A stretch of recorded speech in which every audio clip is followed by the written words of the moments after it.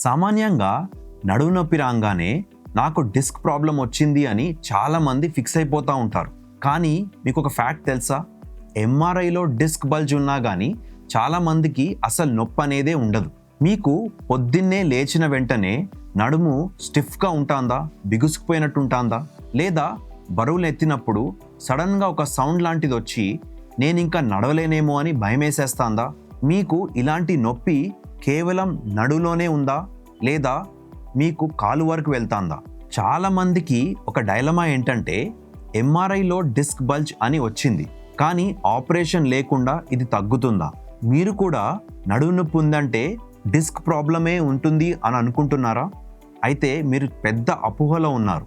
ఈరోజు ఈ వీడియోలో మనము 70% నడుము నొప్పులకి డిస్క్కి సంబంధం లేదు అని వివరంగా తెలుసుకుందాం.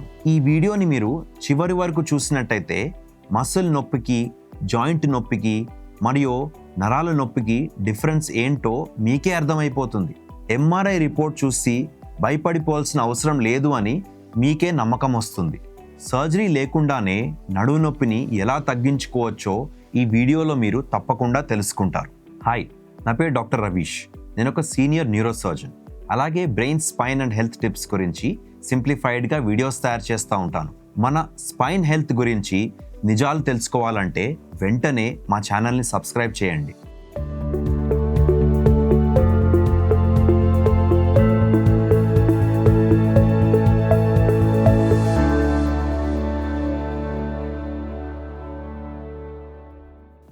ఈ వీడియోని నేను తయారు చేయడానికి ముఖ్య కారణం వచ్చేసి ఈ మధ్యలో నేను చూసే ఈ ఎంఆర్ఐ ట్రాప్ ఆర్ ఎంఆర్ఐ భయం. ముందుగా మనం ఎంఆర్ఐ గురించి మాట్లాడుకుందాం. మనకి వయసు పెరిగే కొద్దీ మన తలపై ఎలా జుట్టు అయితే తెల్లపడిపోతుందో అలాగే మన స్పైనల్ డిస్క్లో కూడా కొన్ని మార్పులు అనేవి సహజంగానే వస్తాయి.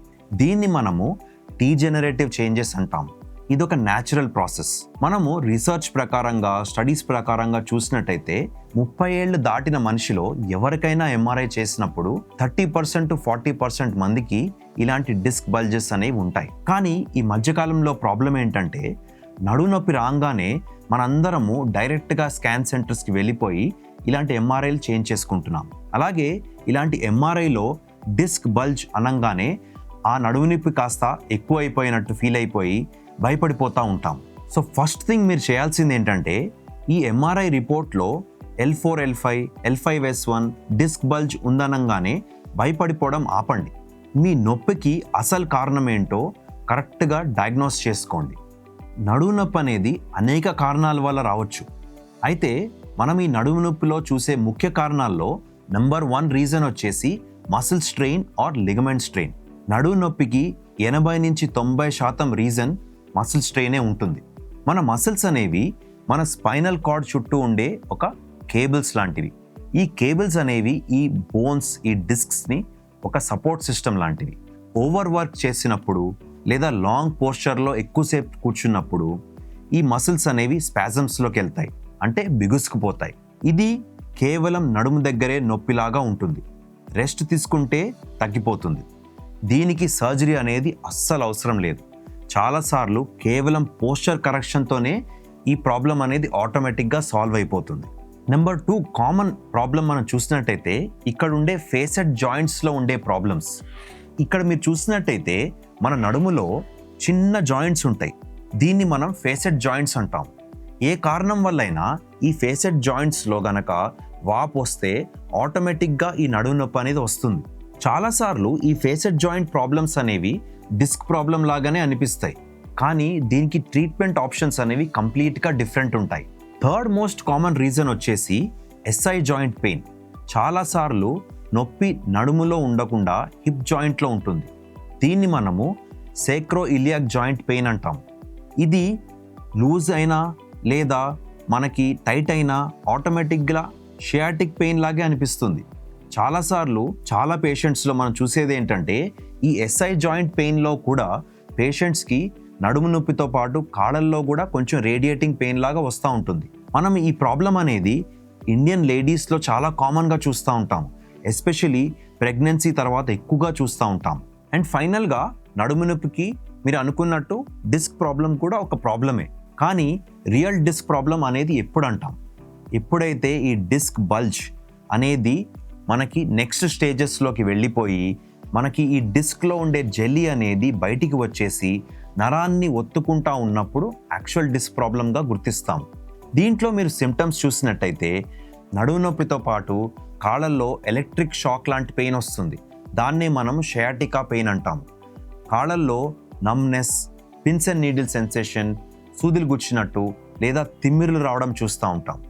కొంతమంది సీరియస్ కండిషన్స్లో కాళ్ళ నొప్పులతో పాటు పాదాలలో కాళ్ళల్లో వీక్నెస్ రావడం చూస్తూ ఉంటాం. ఇంకా సీరియస్ ప్రాబ్లమ్స్ ఉన్నప్పుడు నడుము నొప్పితో పాటు మూత్రానికి అలాగే యూరిన్కి ప్రాబ్లం అవటం చూస్తూ ఉంటాం. మూత్రానికి యూరిన్కి ప్రాబ్లం అనేది కిడ్నీ ఇష్యూస్లో కూడా వస్తాయి. అలాగే ఇలాంటి నడుము నొప్పి అనేది కిడ్నీ ఇష్యూస్లో కూడా చూస్తూ ఉంటాం. నడుము నొప్పికి కిడ్నీ ప్రాబ్లంలో వచ్చే నొప్పికి ఎలా డిఫరెన్షియేట్ చేసుకోవాలి అని నేను ఒక ప్రీవియస్ వీడియోలో చెప్పాను. ఆ వీడియోని ఈ లింక్ క్లిక్ చేసి తప్పకుండా చూడండి. సో నేను ఫైనల్గా చెప్పదలుచుకుంది ఏంటంటే ఎంఆర్ఐ రిపోర్ట్ చూసి టెన్షన్ పడిపోకండి. ప్రతి నడుము నొప్పికి డిస్క్ ప్రాబ్లం ఒకటే కాదు. ఎక్సర్సైజ్, ఫిజియోథెరపీ, కోర్ స్ట్రెంథనింగ్ తోటి 95% పేషెంట్స్ ఇలాంటి నొప్పిల్లో నుంచి బయటపడగలుగుతారు. ఒకటే గుర్తుంచుకోవాల్సింది ఏంటంటే ఇలాంటి నడుము నొప్పి కనుక ఎక్కువ రోజుల వరకు ఎక్సర్సైజ్ చేసినా రెస్ట్ తీసుకున్నా అస్సలు తగ్గట్లేదు, లేదా నేను చెప్పినట్టు ఇలాంటి కాళ్ళల్లో కూడా ఏదన్నా ఇబ్బందులు అవుతున్నాయి, మూత్రంలో ఇబ్బంది అవుతుంది అంటే తప్పకుండా దగ్గరున్న డాక్టర్ని సంప్రదించుకోవడం చాలా మంచిది. మీరు కూడా ఎంఆర్ఐ రిపోర్ట్ చూసి బల్జ్ ఉందని భయపడిపోతున్నారా? కమెంట్ సెక్షన్లో మనకి ఇలాంటి భయాల గురించి మీరు చెప్పండి. నేను తప్పకుండా అది నిజమా కాదా అని చెప్తానికి ప్రయత్నిస్తాను. ఈ వీడియో మీకు హెల్ప్ అయినట్టు అనిపిస్తే తప్పకుండా మా ఛానల్ని సబ్స్క్రైబ్ చేయండి. అలాగే మీ ఫ్రెండ్స్లో ఎవరైనా ఇలాంటి డిస్క్ బల్జ్ రిపోర్ట్ తోటి భయపడిపోతున్నారంటే ఈ వీడియోని వాళ్ళకి తప్పకుండా షేర్ చేయండి. Be happy, be safe. Next వీడియోలో తప్పకుండా కలుద్దాం.